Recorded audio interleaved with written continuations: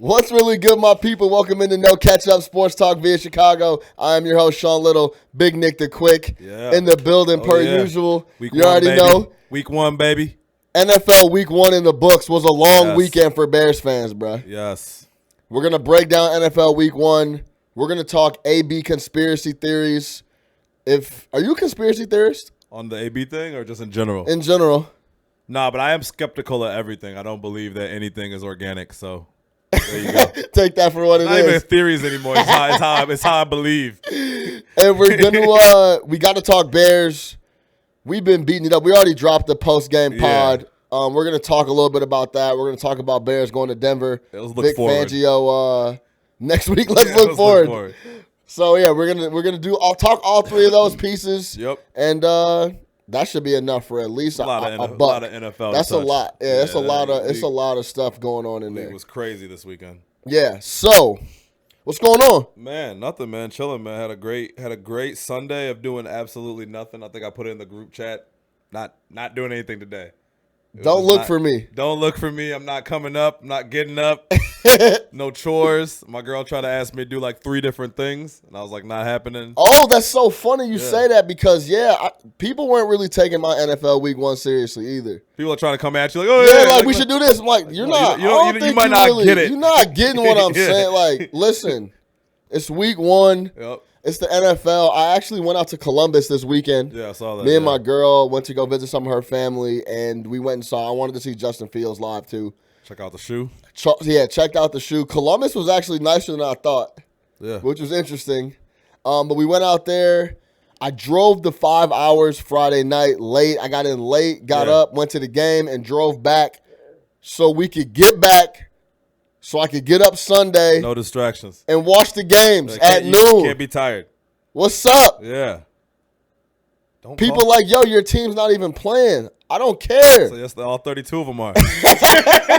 Like, I need to catch the other ones. You know what I'm saying? It was such a wrap, bro. I think, obviously I started around about 11. You know what I'm saying? Watched the first half of the first games, ran to Portillo's, had to do what to do over there real quick, and then literally just that was it for the entire day. You know what I mean? They all ran errands. They went and did a whole bunch of stuff. I think I missed like 2 or 3 family events, but I wasn't moving. Simple as that. It's that simple. I'll probably do the same thing next Sunday, man. Just leave me be. On me. Good, man. It's all good. You know what I'm saying? So wait, you told me something interesting on Saturday while you were at the game. You started having those Nick the Quick feelings of, do I really want to be here? Is this worth it? Is it better at the crib? Yeah, bro. A little bit. I'm not gonna lie. We were at the game. Well, first off, I don't know what it is. Maybe Ohio State wasn't doing anything in between TV timeouts. Okay. Like, it was literally just people standing there in silence, waiting for the commercials to end. And I think it was on top of it being a blowout. Mm-hmm. It was like, who did they play? They played Cincinnati and just ran them ragged. Yeah. So I think it was a little bit of that combined with, it was hot. Like, I was just like, like, it has to be. I'm starting to get to that point where if the game is not elite, like, I easily could have left. The game has, Bro, I easily could have left in the second quarter. Yeah. Like, it was 28-0. I was like, enough. Yeah, needs to be an elite. There's criteria. You know what I'm saying? There's criteria. You know what I'm saying? Yeah, I kind of was feeling you on that for a little bit. It's not a blanket statement. There is criteria. You know, if I'm going to a big-time game that I know is going to be competitive, of course I want to be in the building. But your run-of-the-mill, like, take up a whole chunk of the day to watch 28-0, man, I'm good, bro. Like, I don't really need – especially it's not your squad. You don't care about none of these dudes. You know what I mean? Urban's not down there. It's kind of like, whatever. You know what I mean? It's just, it is what it is, man. I'm happy you came around because I was getting a lot of heat for my statements last year. Yeah. So, you trying to give up like free tickets to go. Well, so here's the thing. I'm not even going if it's free.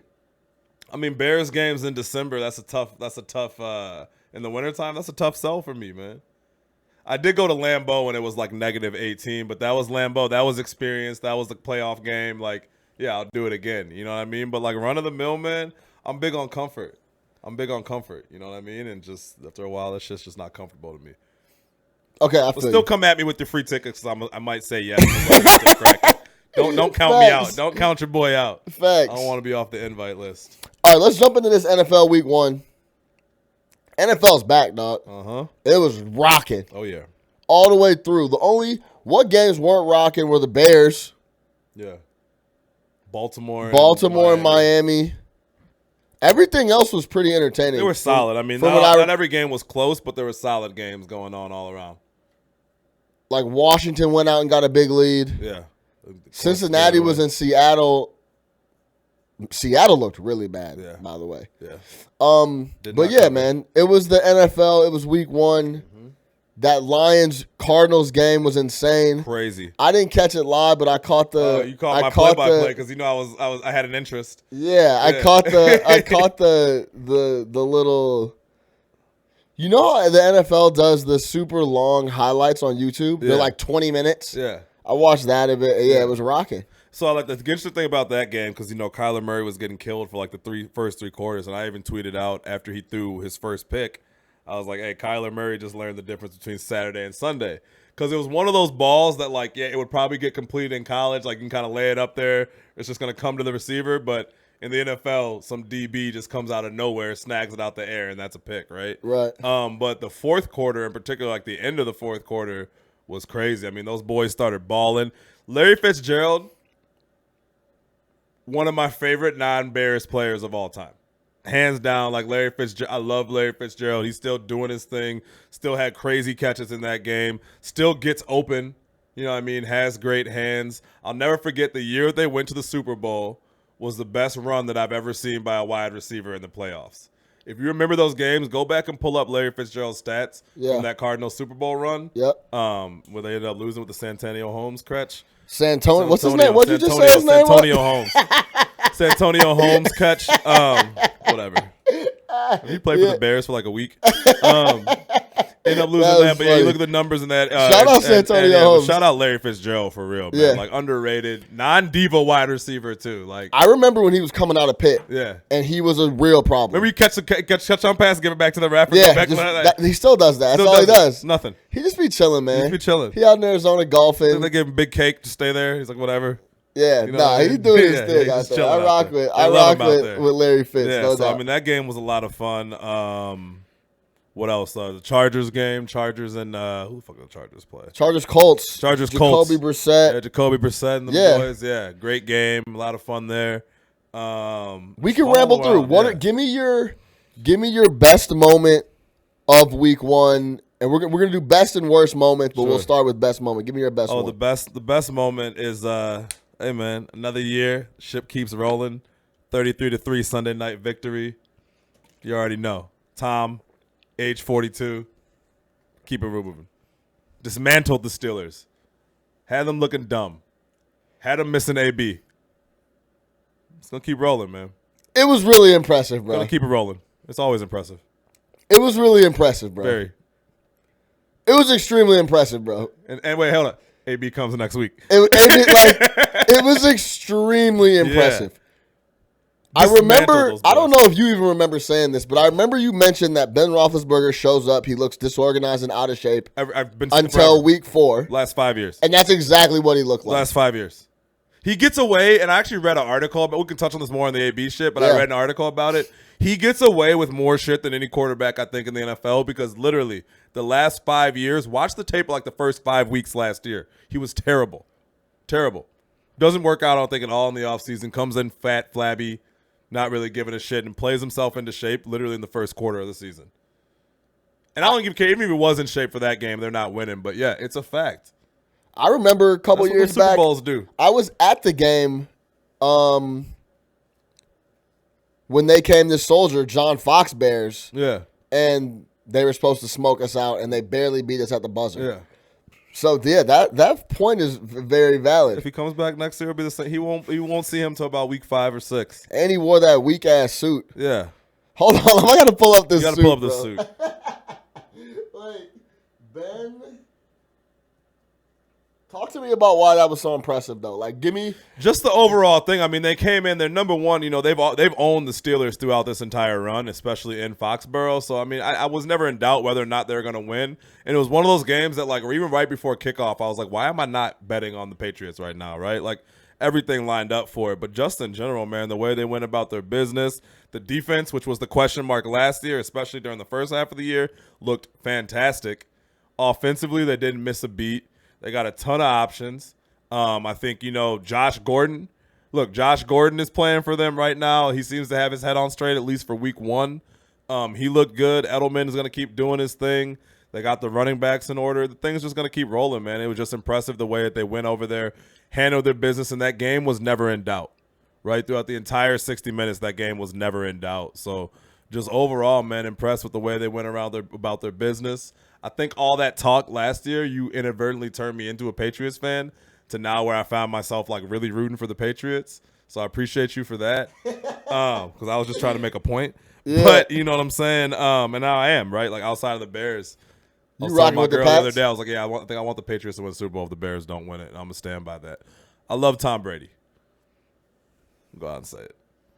I don't get the hate on Tom Brady because it's like everything you want in sports, I feel like Tom Brady is – you just want winners, right? You want to root for winners. You want to root for a dude playing in his 20th NFL season. You want to root for culture. You want to root for something that just keeps going no matter what you put in there. Yeah, you have the two constants, but literally they could sign Sean Little to be a slot receiver. You probably have 22 catches throughout a season. You know what I mean? They just find a way to make it work. It's just the machine keeps rolling. Oh, and AB comes next week. Did you know? Yeah, AB's out there next week. AB's coming. And they play Miami. AB. And they play Miami. Where's AB from? He's from Miami? Miami. Oh, I didn't know that. Florida boy, yeah. That explains a lot of Florida shit. Boy. He thought he was he's not from Central Michigan. He just went there. I thought he was from down south somewhere. I didn't realize it was Florida. Miami, Florida boy. Yeah, I mean, he might be from Liberty City. Not sure. He's from out there. Yes. Yeah, just to touch on the best thing you saw, best moment of the week. It was extremely impressive. It's truly just an oiled machine. Yep. Plug and play. Lose Gronk. Yeah, nothing. Doesn't matter. They go and get it's the epitome of putting the team first in front of everyone else. Mm-hmm. Belichick will never do anything to risk the overall of the franchise. What that deal Zeke got? Never in a million years. Go find himself another.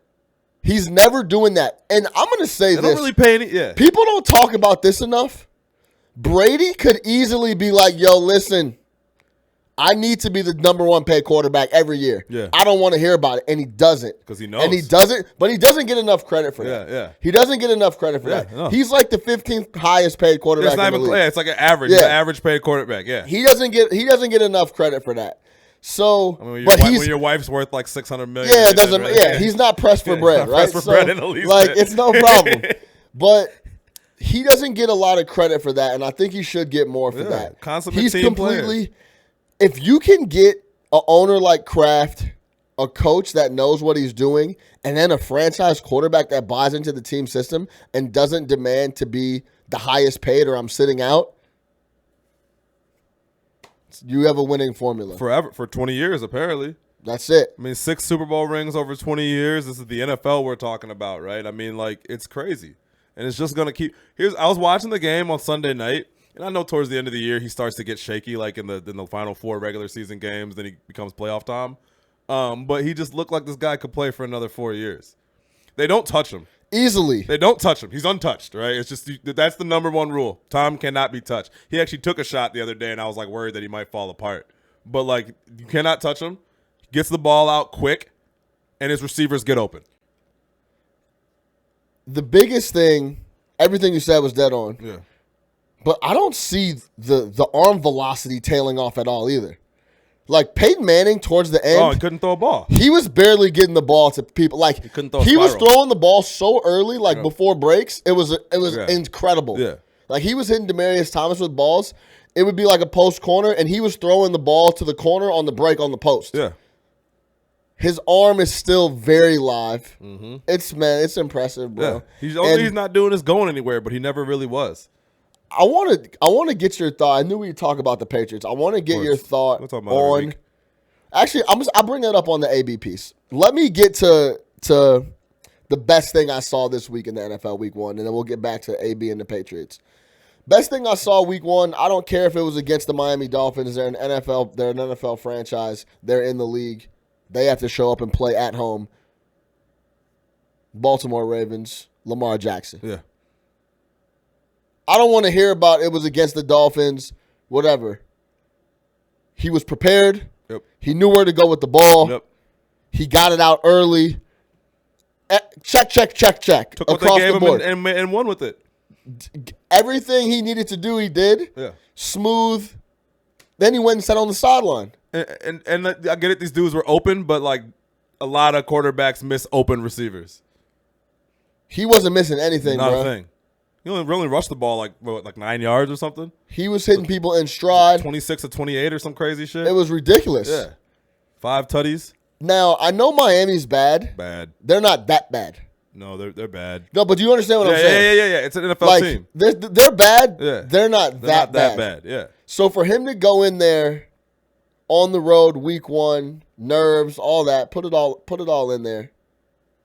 I was very, very impressed by Lamar Jackson. I'm happy for him, man. I'm very happy for him. I want him to be great. Because kind of on the same thing as where Trubisky's at, and we'll get to them. Yeah. If he were to come out and throw it really, really poorly, the birds would have been out, including probably us, maybe. Like, yo, we never slander black quarterbacks. Yeah. But it would have been like, hey, man, I mean, except for RG3. They need to. RG3 came in through a touchdown. Yeah, he did. You know what? He's redeemed himself, man. You know, he's back good, man. He's cool. But and black coaches. For that pressure to come in, like, hey, he can't throw. All I was reading going into week 1 about Baltimore is that take the under. They're gonna run every play. Denver can't stop the run, and it'll be 27-6. Disrespect. And he scored 28 points in the first quarter, I think. Do you want to hear the ultimate disrespect? Yeah. Do you know what his over-under was for touchdowns in the season? Wasn't it like 12? It was 15.5. 15.5, and he threw what, 4? 5. 5. So, yeah, that's book it. Yeah, book it. Yeah, book it. Book it. Lock it in. Yeah, you're good. Go cash it That's now. a couple more days. Yeah. So, I mean, I agree. And then after the game, I love how he was like, it's pretty good for a running back. Well, he hears all this. He hears that, man. You think that man doesn't hear that? And again, my man's won the Heisman Trophy. He was throwing the ball at Louisville. I understand he's Go look at the numbers. But go look at the numbers. He was throwing 50 touchdowns at Louisville, a lot of them in the air. ACC. And he was a rookie last year. Right. Taking over for a long-time starter in a team that didn't have a lot of offensive talent. And he didn't start the season. He didn't start the season there. The plan wasn't for him to play. It was for Joe Flacco to play. So, again, this is a rookie, right? As a rookie, they were ready to rip that man up and talk about how he can't throw. Go back and look at Peyton. Didn't Peyton Manning throw 25 picks as a rookie? Yeah, something like that. Yeah, I mean, so he was a rookie, bro, and he was out there, and they went to the playoffs. He won the division last year. Shout out Harbaugh. I don't know who their offensive coordinator is, but it's a perfect example of they're not trying to change his game. They're building it around him and what he could do. Hollywood Brown and some speed out there. Yeah, let's see what they do out there, and I'm going to continue to root for and he's Lamar. still the best running quarterback in the NFL. Simple. If he takes off, he's the fastest quarterback in the NFL. So don't think he still can't do that, and don't act like that's not something that you're scared of. That's 15 yards when he wants it. Yeah, let that man live. Like that. Yeah, let that man live. Let them continue to grow with him. Like you said, Harbaugh won a Super Bowl. Let that man grow. Let him live. Let him do his thing, and they'll be just fine. Yes, sir. Yeah. All right, give me the worst thing you saw this weekend. Man, yesterday's game, last night, hands down. The final, when did we all start texting about this? Probably, really the whole game, but the final 3 minutes between. You're talking Texans Saints. Texans Saints. Between Belichick and Sean Payton, and really just one decision. Not Belichick. Bill O'Brien. Sorry, Bill O'Brien. Yeah. Wow. I'm sorry, Bill. Sorry, Mr. Belichick. I would never disrespect me like that. Between Bill O'Brien and Sean Payton was just one for the ages. I mean, it was atrocious coaching decisions, especially Bill O'Brien. So we can start with number one. In no scenario should Deshaun Jackson. I'm killing everybody today. Yeah, Deshaun Watson marked down the field in 2 passes. Ever in that situation. Under a minute left on the clock to win the game, and you can't give up 6? You can't. Yeah, no. Two passes. It's impossible. 2 passes, right? Then my man's misses the extra point, but there's a penalty, right? Nail it. 27-27, right? Clear penalty, though. He roughed him. Saints get the ball. They don't get out of bounds. Have a timeout. Don't call the timeout, right? And they clocked it. They did clock it after that, right? He ran back and clocked it, but took him about 6 seconds, right? 6 unnecessary seconds off the clock right there, right? I think even a couple more than that. It might have been like it was ridiculous. Even my girl who does not watch football is like, why is it taking so long? I don't know. Timeout. I go, this is atrocious. They have a timeout, right? So then Breeze comes up, right? For whatever reason that I cannot understand why. The Texans go into a prevent D as if the only way that the Saints can win this ball game is with a long Hail Mary. They score a touchdown. Yeah. When in reality, all you got to do is just keep everything in front of you and don't allow them to get the 10 yards, right? You want to do the exact opposite of what you were trying to do. Yeah. Right? Literally, you called the perfect play for what they want to do. Breeze gets up, fires it to who caught that ball? Whatever. Yeah, I don't know. Some random Saints guy who's going to probably have 1,000 yards receiving this year. Goes down, call timeout, 2 seconds left, kicks the field goal, game over. You know what? Yeah, no. And I could, and then all of a sudden, Sean Payton's being hailed as a hero for saving that timeout. They're like, what a great idea to save the timeout. No, it didn't. Yeah, I don't know. Bill O'Brien gave him one by going into a prevent D in a situation where you're trying to keep the other team out of field goal range. Just literally, it worked out all the way around. It worked out, but there was a lot of the Saints playing in man in that too. Like if anybody should have been in a prevent, it should have been the Saints for the Deshaun Watson plays. Yeah, and I'm pretty sure they were in man. Deshaun Watson made two incredible throws. Killer. Big time. Like, incredible throws. And that's what we don't got to go there, but that's why you take that man, because he's a fucking winner. Yeah. That is, I've won a national championship and I've played in several type throws. Big balls. I've been in this type of situation in huge national championship spots. He wasn't even sweating that shit. Not at all. Week 1. Two plays, out. Bang, bang. Bang, bang. It was crazy. It was sick. With the first one, I was like, oh, my God, how'd they let that go? And the second one, I was like, what the fuck? Yeah, so the thing is, I can't give that game any slander because the game ended up being so good. But, great. There was a lot of mistakes towards the end. Terrible. And just like, players got to get rocking. Coaches do too. But, yeah, there was a lot of shit going on in that game. It's really not. And I expect it from Bill O'Brien, not from Sean Payton. The Sean Payton thing was the biggest thing, was just not calling that timeout. I think our whole group chat was like, they didn't take a timeout right there? Well, because it just seemed like I don't know exactly. I want to say they burned up like 16 seconds. It was a long-ass time. If they hit that one pass, bang a TO, they have like two full plays they can run. And you can run something out of bounds to get in the field goal range. They could have ran 2 full plays. Yeah. So then it comes down to now they have to run 1 play. They have to pick up at least 6. And he has to bang one from quick. 57. Yeah. So, like, this is sus, right? Yeah. I was thinking about this. What if that Saints dude caught that ball and the Texans didn't touch him down? You could have done that too. Would that run out, or would they qualify him as a player giving up, and then they would still have to call a timeout? No, what does that mean? No, you got to tackle. You know you can give yourself. You know you can give yourself up. But if everybody runs away from him. Yeah, I don't know. That's what I'm asking. Like, because he's not going to the end zone because you're in a fucking prevent. Because there was only 2 seconds. Yeah. So he catches that ball, goes down, and you don't touch him. I wonder if that runs out. That would have been interesting. Didn't they only rush 1 on that play too? I don't know. It was really just a lot of shit going on. It was just awful. And honestly, even if you rush 1, I don't even mind that because he's going to have to get the ball out quick anyway. There's 6 seconds on the clock. So, like, you're probably not going to get to him anyway. Build a wall between him and where he exactly. Right. The way he can't go. Right. And just say, hey, what we cannot have right here is an 8-yard completion. Exactly. Like, literally, let them go deep if they want to. That's fine. Exactly. We can't give them the highest probability thing on the board, and that's exactly what they went into a prevent. No doubt. Well, worst thing I saw this week, I obviously could easily pick the Bears. Yeah, I didn't want to touch that. Yeah, but I'm not going to do that, right? The worst for Thursday and Sunday, I've completely separated. Like, Thursday was the NFL kickoff week, and then Sunday was like week 1. Like we played like that. We played like the pre-week, right? Like it wasn't even week 1 for me. Like I don't even get it out of here. I didn't want right? to talk about it. So the worst thing I saw, Cleveland Browns. Oh, yeah. All that talk. Too much shit going on. All that talk. People coming out and expensive watches. We'll get to that. Let's talk about that. People coming out in expensive watches. They're talking big shit. They came out on the first drive. Smoking hot. Oh, my God. I was like, oh, my God, wow. They're about to run these dudes out of the building. I don't want to believe the hype, but this is insane. Real. Wow. They scored 6 points after that. Yep. And what was it? 40 plus to 13. It was 30. They lost by 30 points. Yeah, 43-13. 43-13. That's what it was. Yeah. A shellacking. 43 to the Marcus Mariota-led Tennessee Titans. Titans woke up feeling dangerous. Very.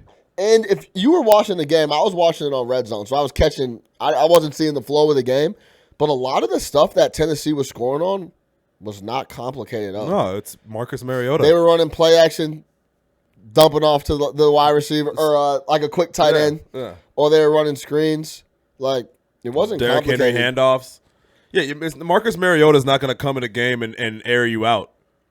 It's Marcus Mariota we're talking about. Yeah. He's not very good at quarterback. So, yeah. So, and also what I took from that and a couple other games was every team that the team they were playing was getting a lot of hype and smoke, they came out and laid an egg. Yeah.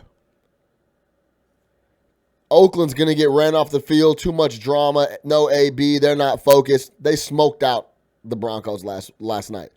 Tennessee, they're the most mediocre team in the world. They're always going to be 8-8. They're going to be shit. So much talent in Cleveland. Baker's about to come out. Smack them up. They got Landry. They got OBJ. Oh, they're about to go wild. They got smoked. What was the other one? The Bears. The Bears. Everyone's talking about the Bears. New offense. Green Bay's defense came out on their ass. Shut them out. Yep. The Patriots, it wasn't as high, but it's still like, what are they going to do without Gronk? Let's see what Brady can do. He doesn't have any targets. He lights everybody up. So we're available. Yeah. So, like, that's one. The NFL is different, and it kind of goes to my point that I mentioned a couple pods ago about, like, college ball. These are grown-ass men. This is different. Different. This is different. Mm-hmm. You still got to come up. Like, what did my man from the Titans say?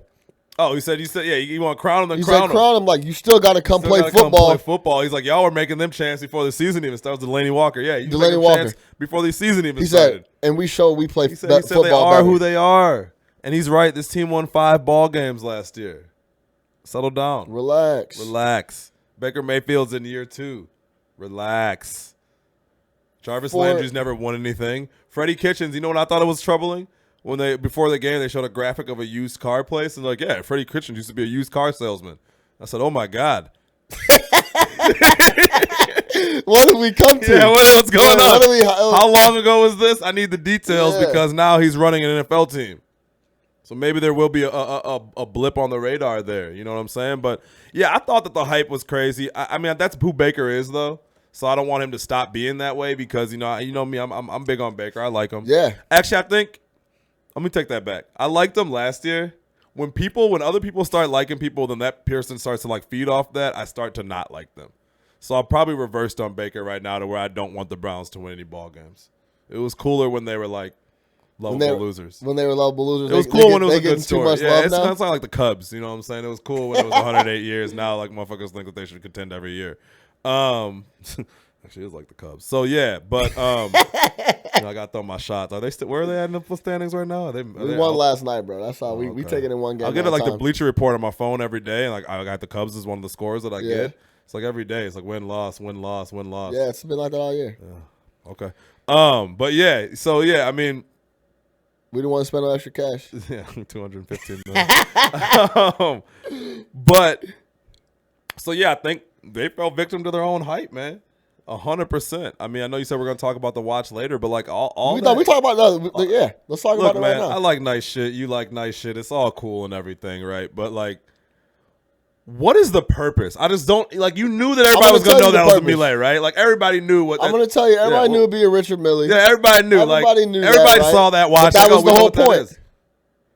to wear a $300,000 watch. It's the whole point. It's just a flex. That's all it is. And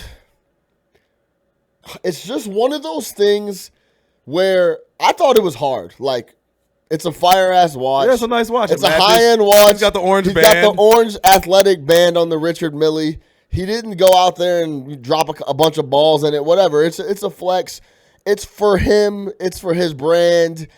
Everybody's been talking about it. It's very on brand for OBJ. Got it for free from them. It's a marketing play. It fits in the OBJ brand. They sold some watches. It's one of those things, though, when your team looks like shit and you get smoked, then it's like OBJ is all about himself. He doesn't care about the team. He's focused on wearing Richard Mille's at the game and not making plays. So, like, these are the things that get targeted, right? I think it was a good week 1 move. This is what I think. The reason you wear it in week 1 is because it's a flex. It's week 1 in the NFL. Everybody's watching. And I think he knew that he would wear it. The NFL would tell him he couldn't wear it, and then he won't wear it anymore. You think that was did they tell him he can't wear it? They said they reached out to him and talked to him about it. He said that the only reason they're mad is because it's him. Yeah, and well, probably I don't think that their shit is. Who does the NFL do for watches? I don't know if they have. I don't think they have an official watch brand. I think they do, bro. Yeah, of course they do. You think so? Of course they do. I don't know what it is. I've never heard of it. It's not Richard Mille. It could be Rolex. I just think it's more they don't want people wearing watches on the field. Yeah, because next thing you know, AB is going to show up in a bus down. AB gonna come out the bus down Audemars with the Hugh blow. Audemars. AB, let's go. Got the Hugh blow. You know what I'm saying? You know what I'm saying? Moving, Call God. You know what I'm saying? Call God. What up, coach? I'm just a villain in the media. I'm just a villain. Yo, that shit had me cracking up. What do you mean don't want to be a Raider? Do y'all want me to be a Raider? they said, hey, big coach on the phone. He said, what's up, coach? What's up, coach? He said, Gruden said, what's going on, man? He said, what's going on, man? You know, just out here being a villain in the media. No, the best was during Hard Knocks, and they were like, he's like all sweating after work. It's like, you know, Antonio Brown, he's just a player on the rise. They always hate you when you're on the rise, but it's all good though. Like, it's just like, what are you AB, wild boy. AB's a pretty good receiver. Just a villain in the media. Just being a villain in the media, coach. Trying to get home. Yeah, man, that was the worst thing I saw. The Browns, all that hype. Come out, play ball. I know a lot of them didn't ask for the hype. It was brought upon them and whatever, but they're going to have to bounce back. And they're on Monday night against the Jets. Mm-hmm. And I think it's in New York. And both squads are 0-1. Both let's see what time it is. It was Darnold time. That was an interesting game too. They blew that game too. He didn't. I think Darnold will it'll be interesting. Like 3 years from now, like you might be talking about Darnold like a completely different way. Like, yo, Sam Darnold is good. Yeah, well, we'll see. He's got skills. I mean, he's got talent. Yeah. Throws a lot of picks. Young. He's young. We'll see. Yeah, young guys. We'll see. All these dudes make me feel bad about our quarterback situation. Yeah, we're going to get into that after AB. But let's get into this AB talk. We kind of just did a little foreshadowing talking about the video. But I'll shoot it straight to you off top. Was AB's plan all along not only to get out of Oakland, but to get to New England? So by all along, if you mean like the last week, yes. By all along, if you mean from the moment he got traded to the Raiders, no. I truthfully don't believe that. I don't believe it was that calculated to where they spent the entire summer thinking, oh, we'll watch the McAfee thing, but where they spent the entire summer plotting on ways to get him out of there. I do think that he got there, right? I think a lot of this shit that he was doing was a lot of smoke and mirrors for what was actually going on, which was a situation that he didn't want to play ball there. He's a wide receiver, man. We know what happens when wide receivers go and play with bad quarterbacks and bad offenses. They just kind of disappear, right? You know, he's used to playing with Big Ben, getting the ball when he wants it, a good offensive team, a team that's always competitive. He saw that Oakland situation. Derek Carr and Big Ben are not the same. These are two completely different players. You saw a bad team. We just watched the Hard Knocks, 4 episodes. How much football do they actually show? a team is not good, right? They won last night. I get it. You know what I mean? But Denver doesn't look very good. Denver didn't look very good, but at the same time, whatever. Like, we know, and I know that team is not very good, and Derek Carr is not a good quarterback. So I think, at some point he decided he didn't want to be there, but I don't think it was from the very beginning, and I don't think it was always like, hey, get me to the Patriots. Now, what I do believe is about a week and a half ago, when it became clear that he was going to be getting out of there, it was, how do you get me to the Patriots? That I believe, right? Hey, the Patriots they wanted me, right? Find out if they still want me, because I'm about to go get cut.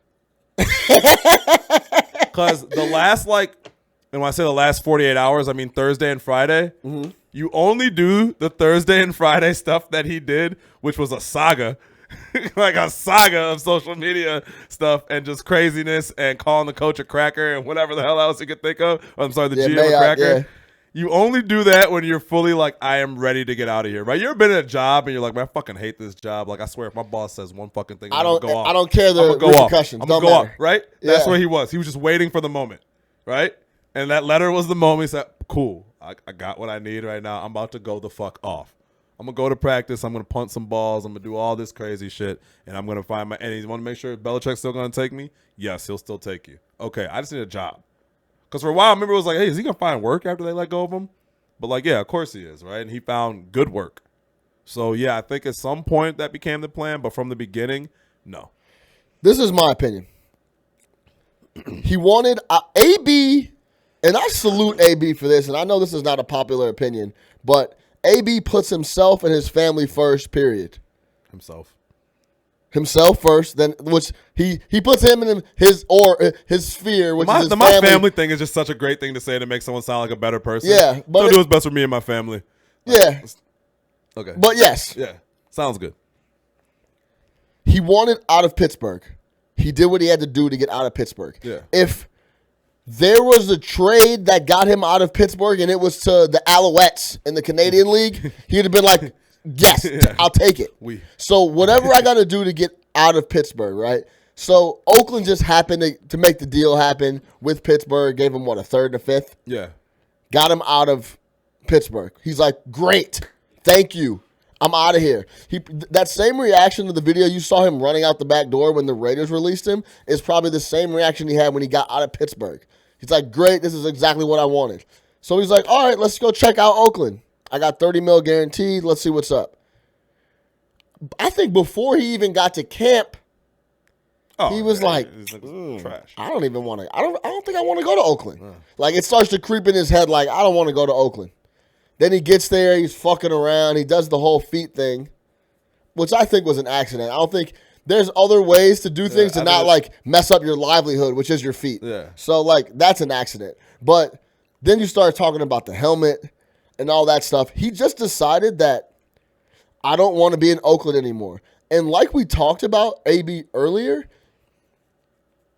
he wanted to get out of Oakland. He just went about it the wrong way. Mm-hmm. He easily could have been like, hey, listen, I'm doing what's best for me and what I think is best for the rest of my career. I don't want to play here. Void out my deal, and I'll go do something else. I mean, that's a tough pill for Oakland to swallow. You just burned a third. Because you just burned a third and a fifth. You're a bad team. And you're a bad team, and you want to have AB out there. You want those, yeah. But if he was deliberate, like, hey, listen, fuck that $30 million. I will burn that $30 million up. I don't care about it. Let me out of this deal, and I want to go play for someone else. It could have been done a different way. So, I'm going to play the McAfee clip after I finish this. Do I think he started sabotaging his way out of Oakland? 100%. Yeah. Do I think he knew that he was going to New England? No. I think he wanted to go to New England. And he put that out there to Drew Rosenhaus like, yo, let these boys know. The interest was already there. I'm trying to get out of here. Yeah. And then after this McAfee clip, I want to talk about the deal he got and what we think is going to happen after that. All right, so keep in mind with the McAfee clip, this is actually the great thing about the McAfee clip is that this came out before he was traded. So the first part of it is McAfee before he was released. First part is McAfee talking about what happened. Then he's talking about what he thinks is going to happen, which is literally exactly what did happen. Yeah, pull up the computer real quick. Yeah, this was a great clip. This was great. He's dead on. Like, he puts it in very easy terms. Yep. It's funny. It's like, this is exactly what happened. This is a guy who knows. He played in the NFL. All right, if that audio is messed up, I'll adjust it on the audio-only portion. But essentially, McAfee was like, if you don't think he's sabotaging his way out of that situation by skipping mandatory things, saying I'm not going to wear a new helmet when every single other person in the league he said, fine, I'll use this helmet from 1965. is rocking a new helmet, then like I don't know what to tell you. Yeah, he said it's clear what was going on there, and then the thing is he predicted that he'd go to New England, right? And then he kind of made it funny. Like the first day he gets there, Belichick's gonna be like, what the hell's going on? And AB just looks at him and says, I was trying to get home, coach.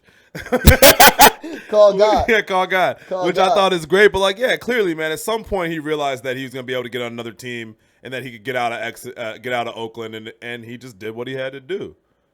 And I think John Gruden realized this early, cared but didn't really care.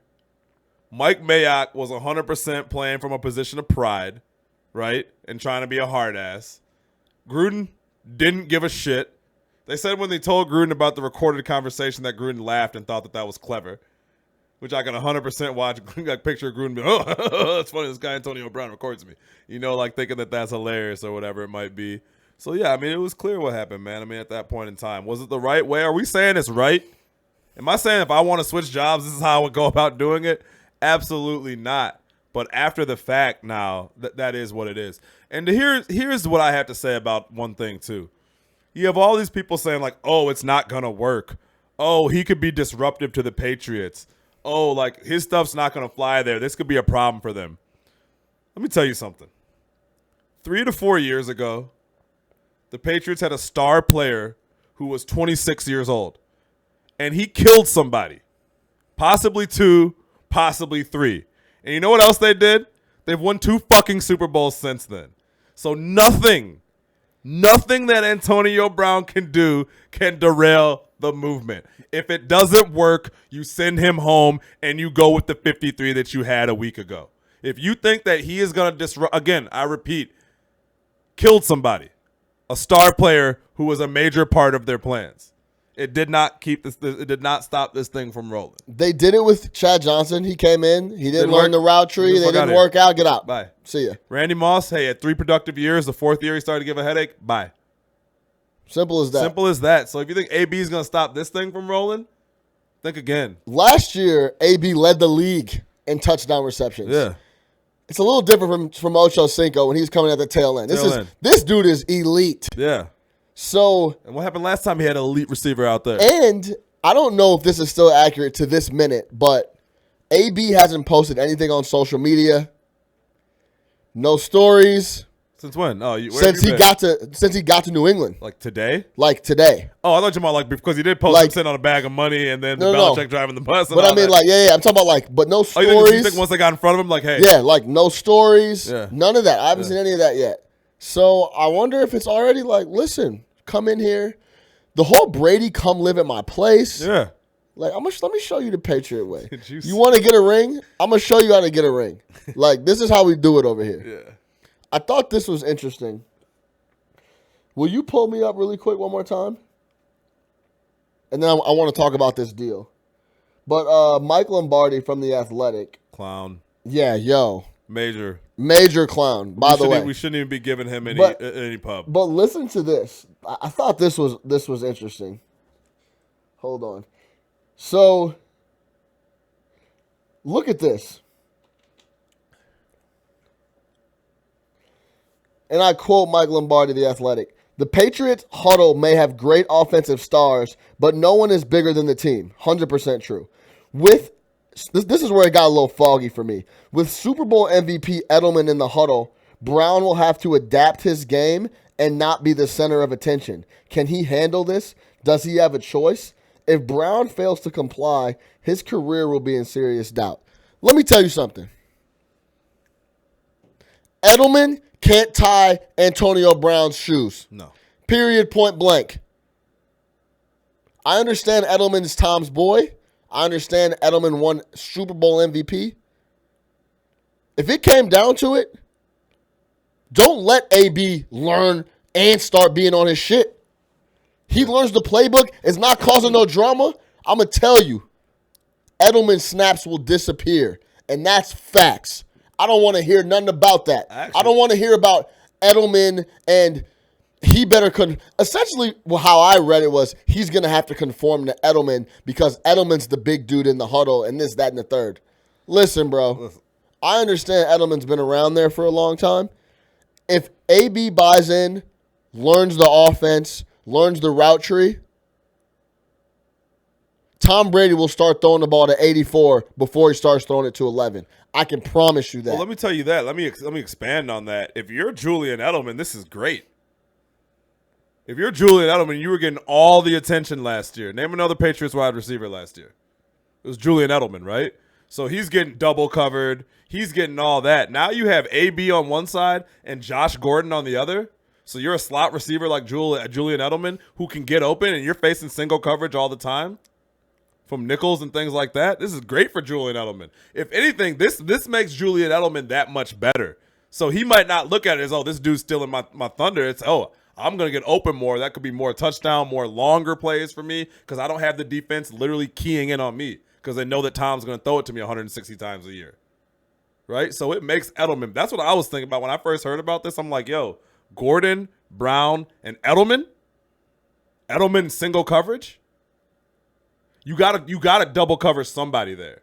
Right? So whoever's getting the attention, the other two are going to do their thing. Which leaves nothing but options for Tom Brady. Edelman does what he does, man. He's Brady's safety valve. Check down, he'll make something happen. Little wiggle route, he'll make something happen. He'll go across the middle and make something happen. AB's a different beast. They do things completely differently. So I don't think I don't think it's even going to become an issue. And again, yeah, it's just not going to become an issue. I don't see it becoming an issue. Everybody's going to be happy. They'll all be happy. It's fine. I mean, it's going to be interesting because they're gonna take each other's snaps. Sure. When there's one guy in the slot, it's either going to be Edelman or AB, right? Yeah. So they're gonna have to. Bill Belichick will find a way to get them both on the field. Oh, they're just going to be they'll be running two slot wide receivers. Exactly. Yeah. Hey, we have Rob Gronkowski and Aaron Hernandez. We want both of them to play. Fuck it, let's just play two tight ends. I just didn't like how he worded that. Oh, yeah, but I mean, I know what with Super Bowl MVP Edelman in the huddle, Brown will have to adapt his game. This is fucking Lombardi, dude. Like, what? This is Lombardi. He made it seem like, hey, listen, you're gonna have to take a step back to Lombardi's Julian a Edelman. Patriots guy. Nah, bro, I'm not trying to hear that. He's a Patriots guy. He's in that culture and all that. So of course he's gonna talk like that. Look, you know who's gonna figure that out? Tom Brady and Bill Belichick. And guess what they've been doing? Figuring out things for 20 plus years. And my man, what a great problem to have. I'm blanking on his name. Who? Josh McDaniels? That's who's going to figure it out. Yeah. Belichick not going to figure out shit. That's fine. What are we done with these guys? McDaniels is going to figure it out. No, but Tom. At the end of the day, it's a great problem. If you're Tom Brady, like, wow, what a great problem to have. I need to decide how we're going to get Julian Edelman and Antonio Brown on the field at the same time. Wow. So many offensive coordinators would wish to be that lucky. That's the problem you face. Yeah. I got two great receivers. And, Josh Gordon might have his head on straight and play ball for us. If he's going to be on the edge, and then they're going to have AB in the slot. And Edelman wherever. And Edelman, if they're running trips with Josh Gordon, Antonio Brown, and Julian Edelman. It's a problem. And Edelman's running a cross route. Gordon's going deep.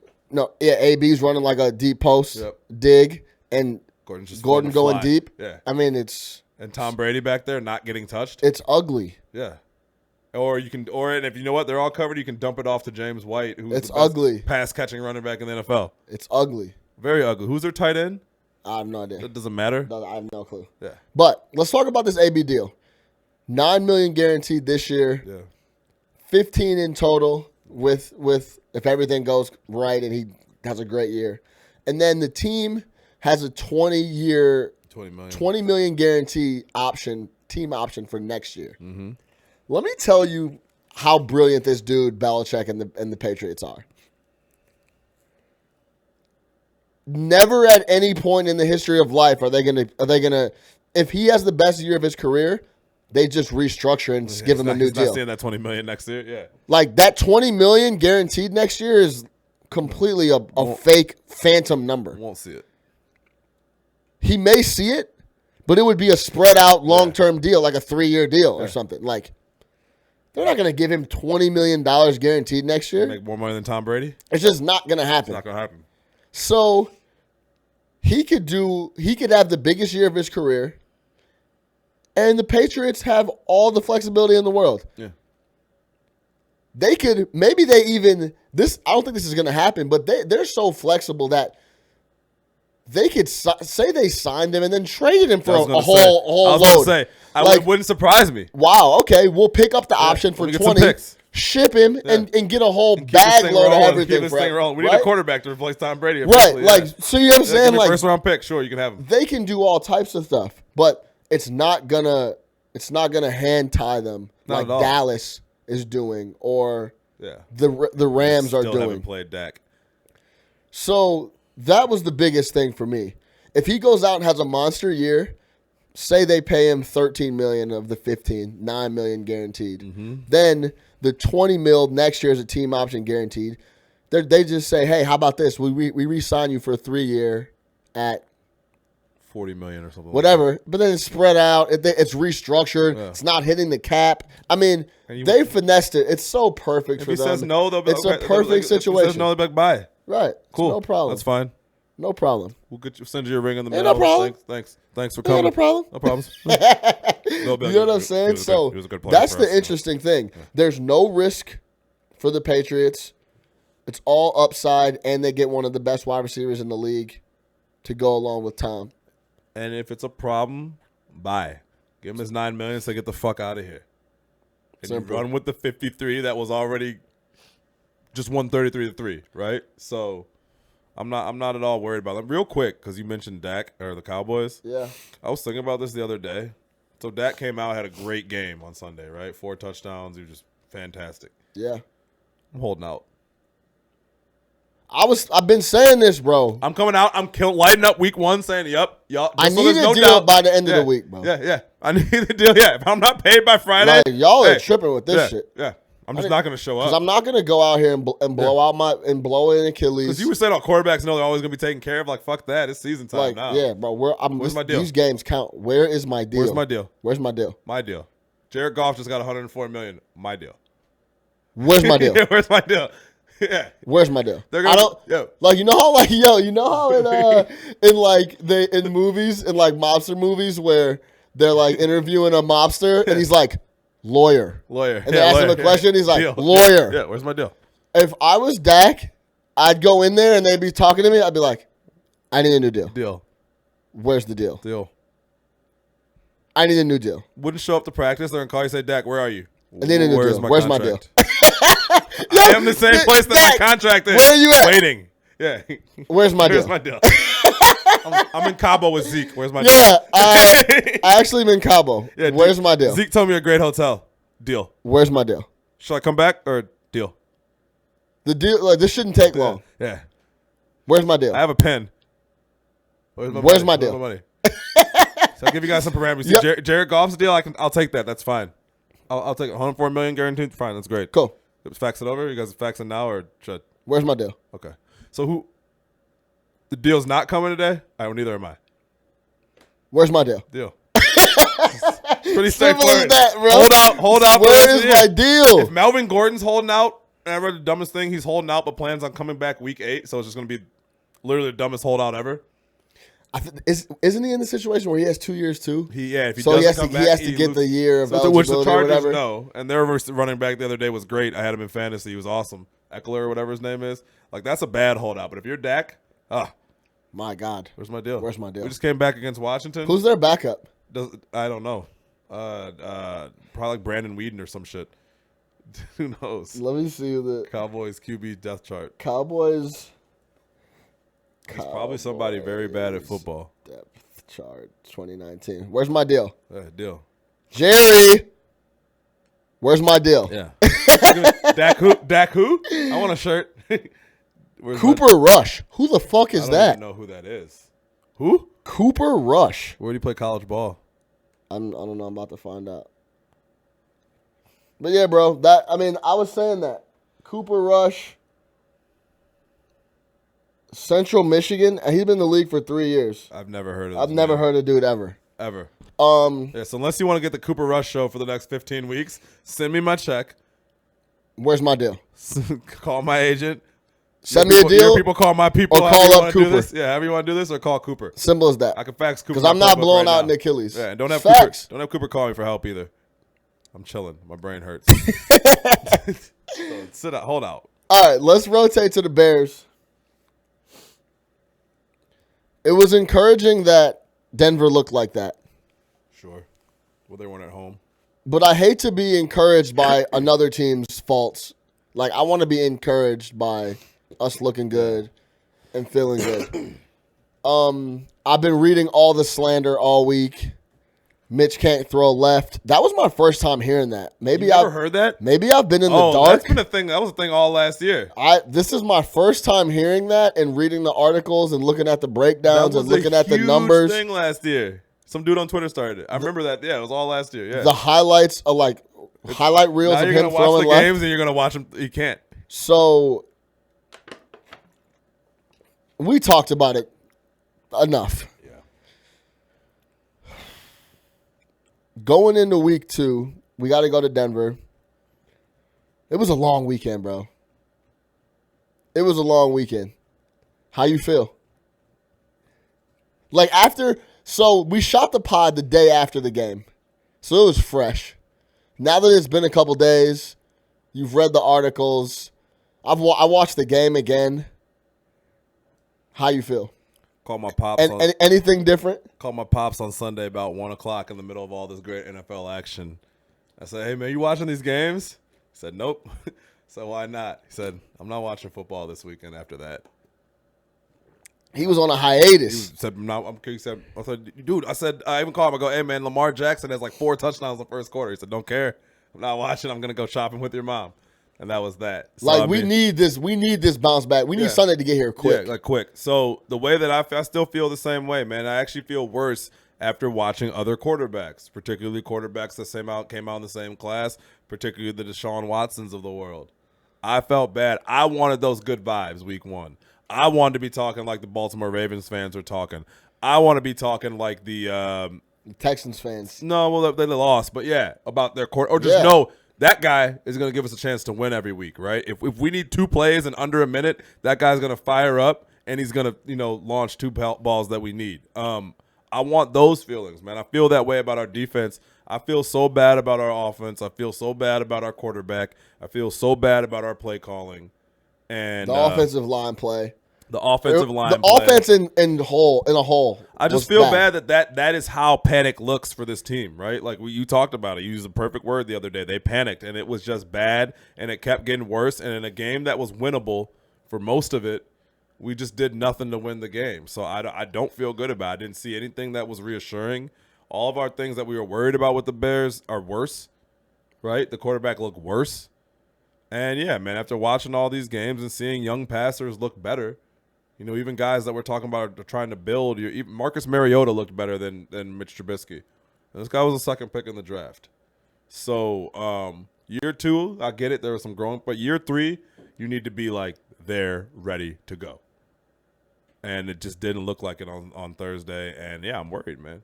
I think you want to know how I feel, man? I'm going to go ahead. I hate doing this. I feel 9-7-ish. Vibes heavy.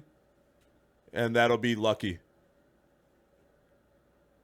Like, I just don't see our offense, like, turning around. Especially, I don't want to say that because it was week 1. It's just tough to have a whole offseason to get ready. And Nagy 202 and all this other bullshit. The offense has been cooking, and he's been studying, and he's ready to go. 1? And how are we not ready for game 1? So that was disheartening. When did you start prepping for the fucking Packers? We're at home. Exactly, right? So now we have a week to get prepared to go to Denver at Mile High. So we'll see how the offense bounces back. I'm not ready to say that they can't get it together. Like, how are they going to get it together? Because we'll see. But the more reason because I kind of feel you on the 9-7-ish. 10-6-ish, hopefully, fine, yeah. Is because Minnesota is. Listen, I know you hate Kirk Cousins and the Minnesota Vikings. I don't hate them. They're a good football team, and that makes me really nervous. Everybody in the division looked all right, bro, except us. Green Bay looked good on defense. Minnesota looked good, bro. They rolled over Atlanta. Understood. They always can look good in the beginning of the years, and Kirk Cousins can look good from week to week, but we know what's going to happen with the Vikings. Dalvin Cook will get hurt because he's gotten hurt every year he's been in the league. I don't want the man to get hurt. I hope he stays. I hope he stays healthy. He looked healthy, but he's looked healthy the last couple of years when he starts and then something happens. And I just don't trust Kirk Cousins. I just don't. I've seen enough. The proof is in the pudding. We know who they are. But to your point, could they win 9 or 10 ball games? Absolutely. They got a solid little defense over there. I think Zimmer's a good coach. I've always thought he's a good coach. I think that they did the right thing this year by going towards like a run-heavy scheme and not trying to throw the ball 40 times with Kirk Cousins. Like at the end of the day, you can't overvalue Kirk Cousins to where it's like, hey man, yeah, we need him to chuck us into wins. He's not that guy. So if Dalvin Cook stays healthy and they're able to run the ball like that, yes, that team is for sure a problem, right? Team is for sure a problem. But I'm not ready to be like, oh my God, the Vikings. Like I know Kirk Cousins, man. I've seen this story before. We know how that's going to end. But so my concerns are more with just the Bears themselves. I think this division is so winnable. Yeah, I think that's actually our saving grace is how winnable this division is. The division is definitely winnable, but it's gonna be tough. Look, I think Matt Patricia's a bad coach, so I think we got that going for us against the Lions. I'm not worried about them at all. But yeah, I mean, it was such a discouraging game in general. You know what's a little discouraging too, is that so much is on Mitch Trubisky's shoulders. So much. That's what's kind of discouraging. It's literally everything else is in place, but this is the only question mark. Huge. You can put a check mark on every position across the board on D and O. They're good enough to win a Super Bowl, and there's one question mark on the whole starting roster, and it's Mitch Trubisky, and it's the biggest position in sports. Yep. That's what's discouraging. Because he could bring this shit all down all by himself. 100%. I'm talking Pace, Nagy, the D, everything, the whole city, the whole franchise. Yeah. So that's what it's just, and we knew that. You rolled the dice heavy. But, man, it's on his back. I said this to Eli. When I hear Mitch talk, he doesn't just sound like he's got it all under control. He seems a little scattered. Do you ever get that? Like in the post-game presser, that audio we played on the last pod, he was super down, and I get it. He just had one of the worst games of his career. So I can't. He just doesn't seem like he can handle all of it. Well, it seems like a lot. He doesn't carry himself with that same like swagger and like moxie like keep saying Deshaun Watson or someone who's had that success and has always been ultra successful at every level, right?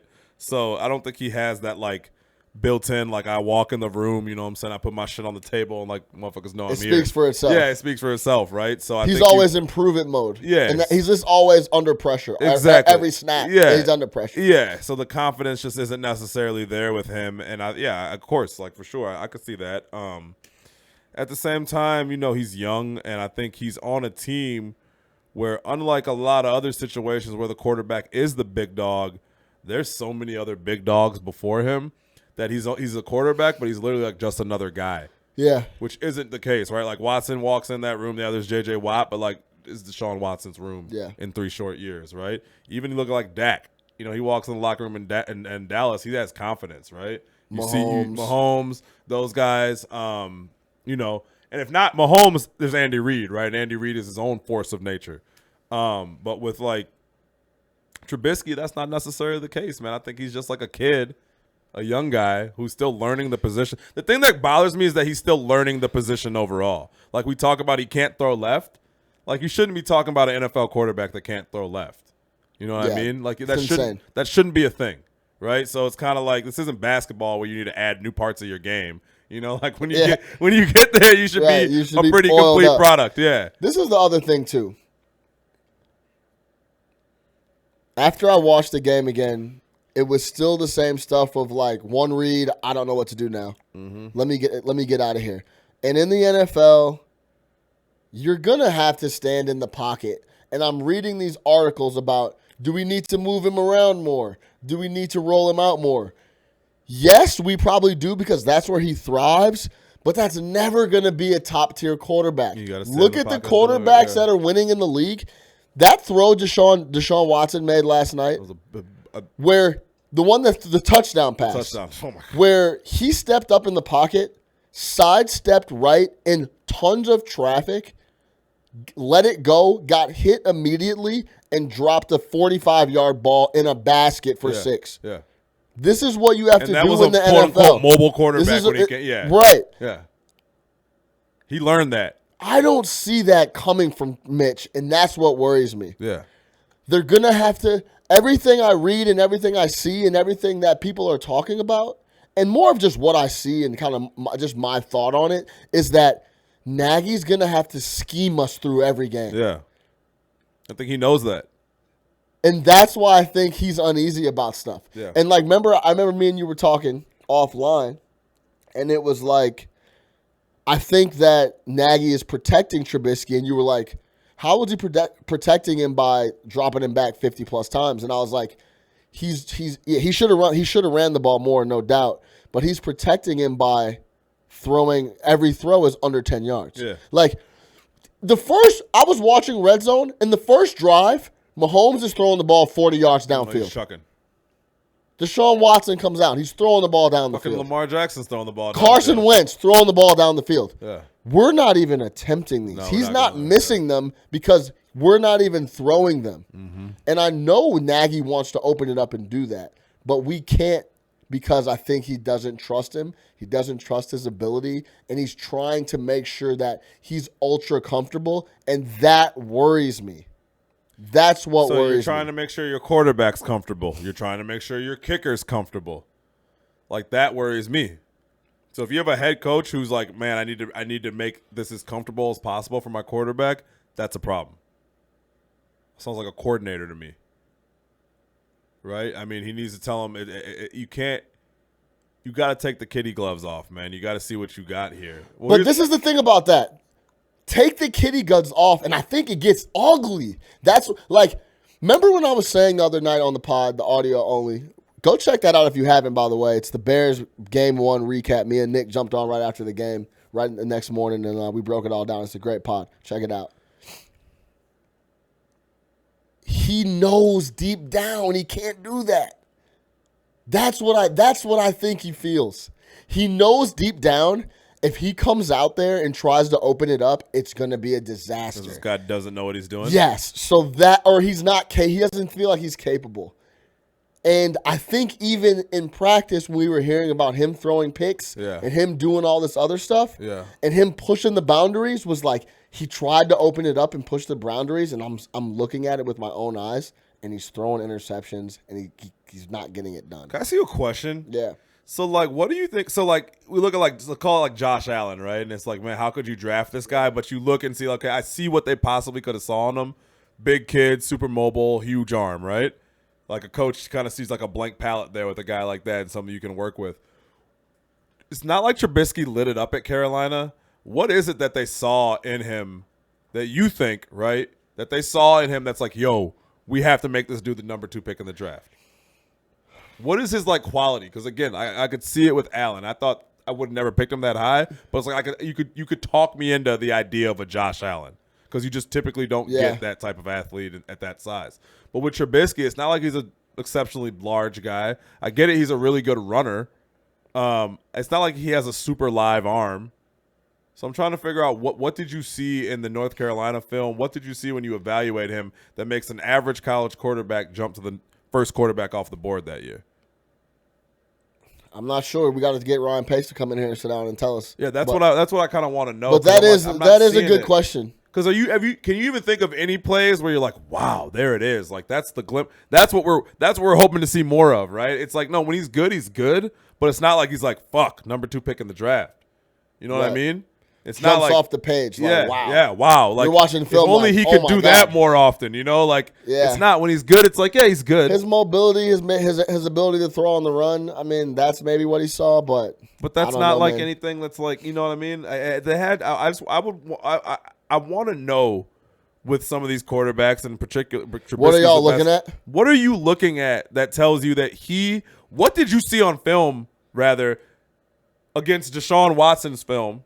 Because we even said at the time, I was like, Deshaun Watson was the best quarterback coming out that year, and I don't need to see anything else. Yeah. I watched the games. So what did you see when you put his film on and then Watson's film that makes you say, yeah, hey, if you run them both together, what would be like, wow, we need to trade up to get this guy, and we don't even have to, worry about Did we not watch Deshaun at Clemson? Yeah, it's good. I'm trying to figure that out because I watched a lot of Clemson games during that era, including how many national championships they play in? Bless Lord in the comments just said accuracy at North Carolina. Accuracy. You can find accurate quarterbacks all over the place. They can't throw the ball far. I mean, I get it, but... I mean, if you run Mitch Trubisky's North Carolina tape and run Deshaun Watson's tape, I don't see how you could be like, I need this guy. This guy's better. Yeah. Well, no, not better, but way better, that to the point where if they're both around, I would be at a very disservice if I picked Deshaun Watson. Yeah, you said... So I need to move up to make sure I get this guy because I can't afford to even... Like, I can't afford to get this guy. Because we moved up from 4 to 2 or 3 to 2? We moved from 3 to 2. So, okay, worst case scenario. If we thought the Niners were going to take Trubisky, which Lynch bluffed us on, right? We would have fallen into Watson. Yes. If they would have taken Watson, we would have got Trubisky. So that's what I'm saying. When you evaluated those two, that you had to have had Trubisky so much higher than Watson that you couldn't bear the thought of having Deshaun Watson as your quarterback. That's what I don't get. Bless Lord just said... Watson also threw 20 interceptions his last year. He also won the title, though. Did he throw 20 interceptions? I don't even know if it's that high, but either way. I don't think he threw 20 interceptions in college. Either if he did, I don't care. Either way. They didn't stop him from winning any ball games. Either way. Deshaun Watson college stats and show me where he threw 20 picks in a year. I don't think it was 20, but I think he did throw, because I remember. I think he threw like 13 or 14 picks. I get that, but. But they won the title that year. I'm not trying to hear that shit. Either way. I don't know what you could look at that. It would just jump off of the page. Yeah. That much. Yeah. Who was the third quarter? Who else went that year? Mahomes is in that. Mahomes was 10. Yeah. You know what I'm saying? Yeah. On me. That's a huge miss. Like, yeah, if Trubisky doesn't develop, because Mahomes is here, obviously. He's there. He's arrived. He's already won an MVP. Deshaun Watson, if you were to tell me at the end of the year, hey, Deshaun Watson. Yeah, he threw 17 interceptions that year. How many touchdowns he threw? 41. Okay. And they won the title. 2.4 to 1 touchdown. And they won the title. And they won the title. Fair enough. Yeah, I'll take a 17 pick. Hey, 17's a lot of picks. Didn't he have one? But more like 4 of them against. I think he had a bad game in there. Yeah, no, but 17 picks is a lot of picks. Sure, in college. He hasn't thrown it. I mean, that's fine. Some guys throw picks. Brett Favre's thrown 700. But listen. Yeah. Yeah, 17. That's gonna follow him his whole career, especially in Chicago. That's gonna come up all day long. Watson, it's just gonna always come up, right? Yeah.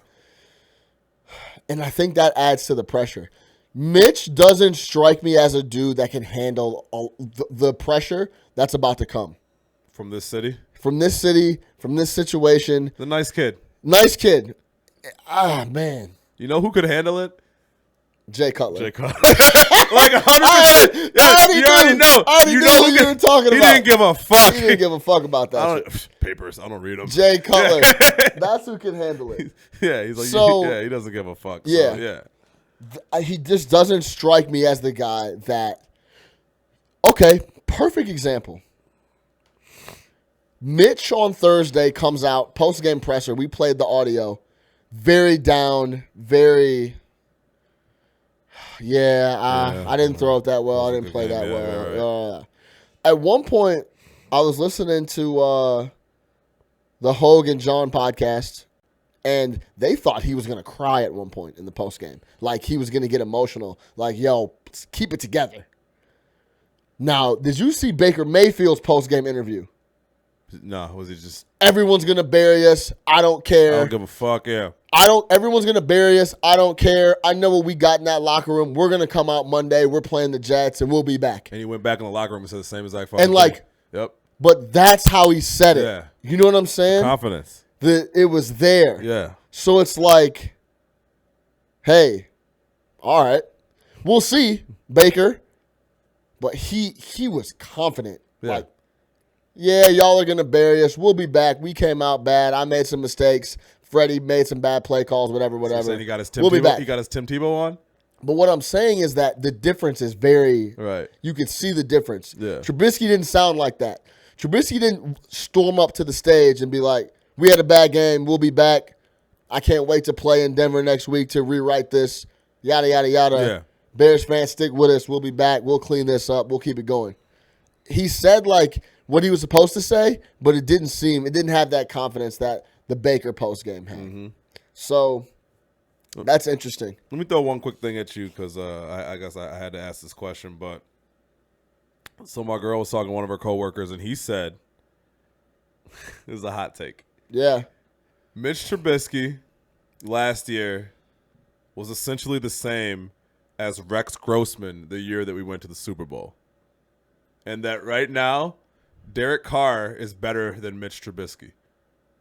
Which the second one, I don't like Derek Carr, but he probably is right now better than Mitch Trubisky. I thought the Rex Grossman statement was preposterous, if you remember watching those Rex years.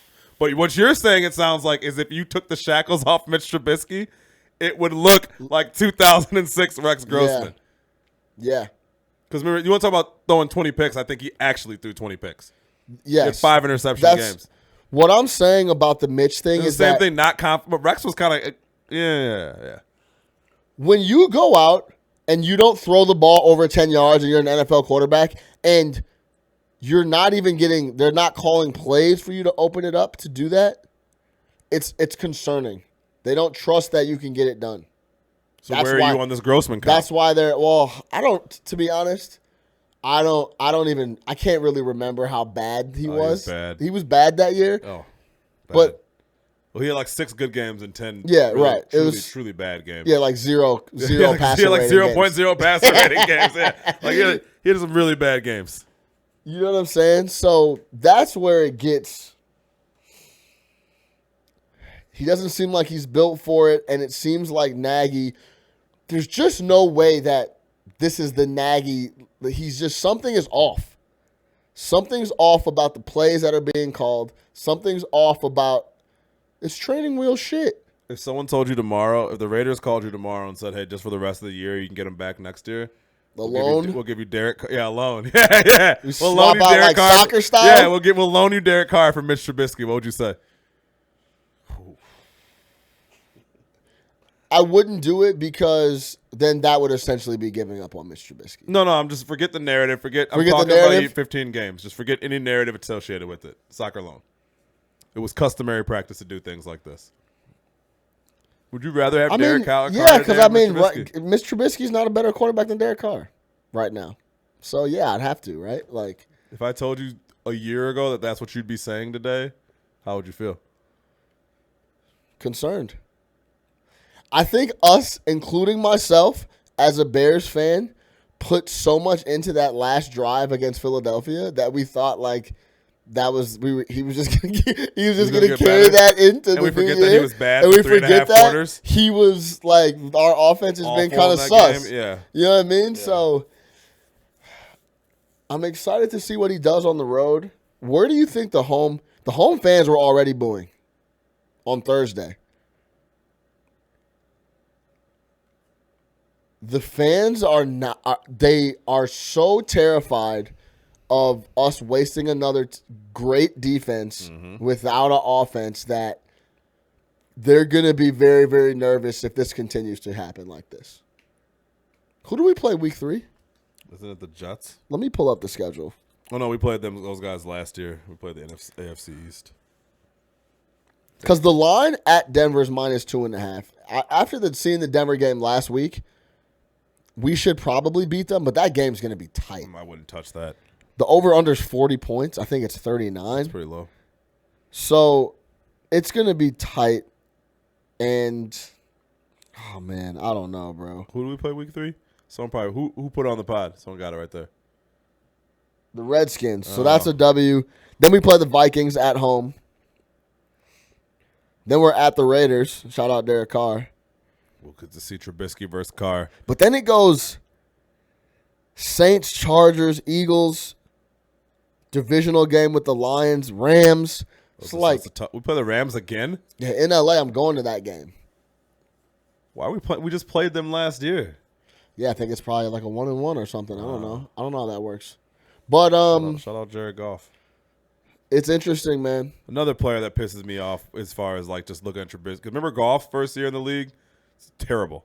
Yeah, it was Second awful. year better. Third year really good. Goes to the Super Bowl. This year picking up where he left off. It's like there's no progression. The progression isn't there from year to year. You know what I mean? Yet. And again, we're only 1 games in. This is the most bearish shit in the world to be like, hey, yeah, it's overreaction week 1, but it's all good. This is stuff that everybody else looked great.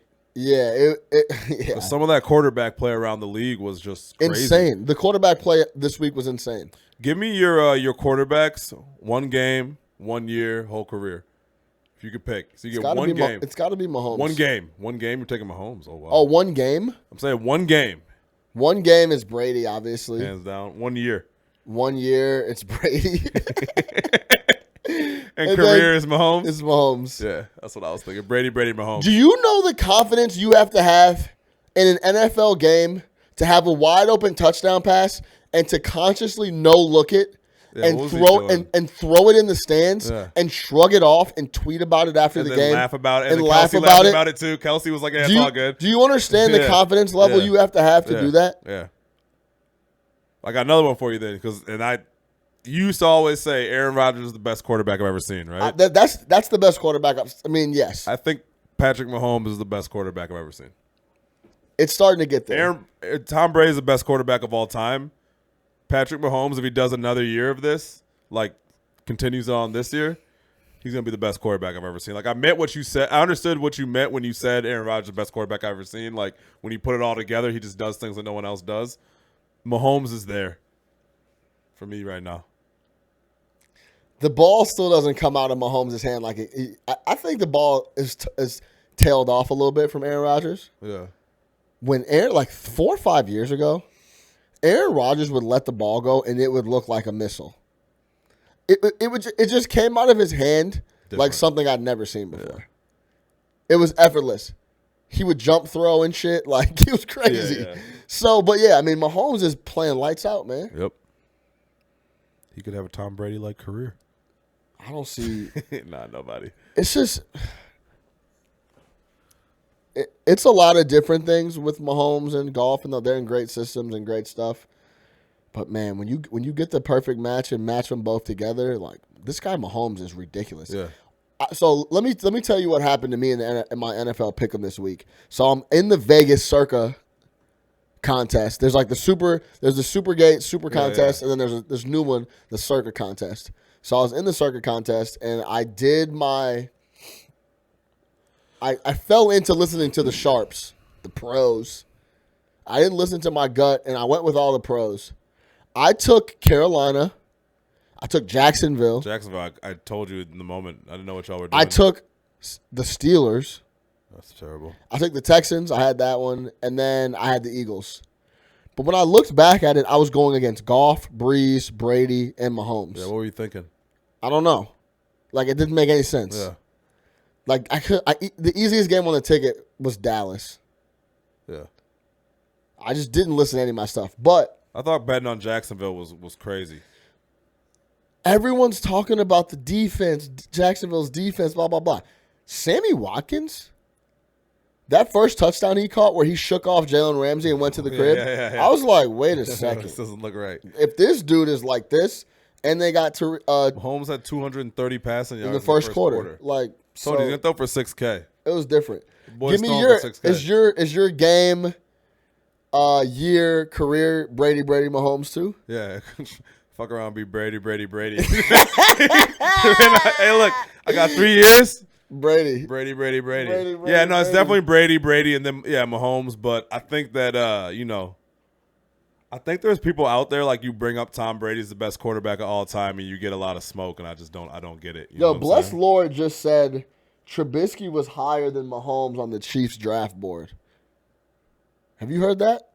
I don't know anything about the Chiefs. He might have been. I mean, Trubisky got a lot of hype coming out. And I mean, if we're gonna keep it 100, who cares? Mahomes coming out.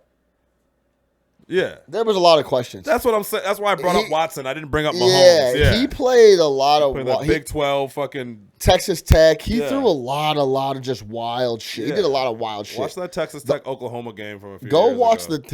a lot of his tape was a lot of just like throwing the ball in the air. I don't blame them for not taking Mahomes because nobody saw this coming. Yeah. But the Watson thing to me at the time and looking back did not make sense because that dude to me was the best quarterback coming out.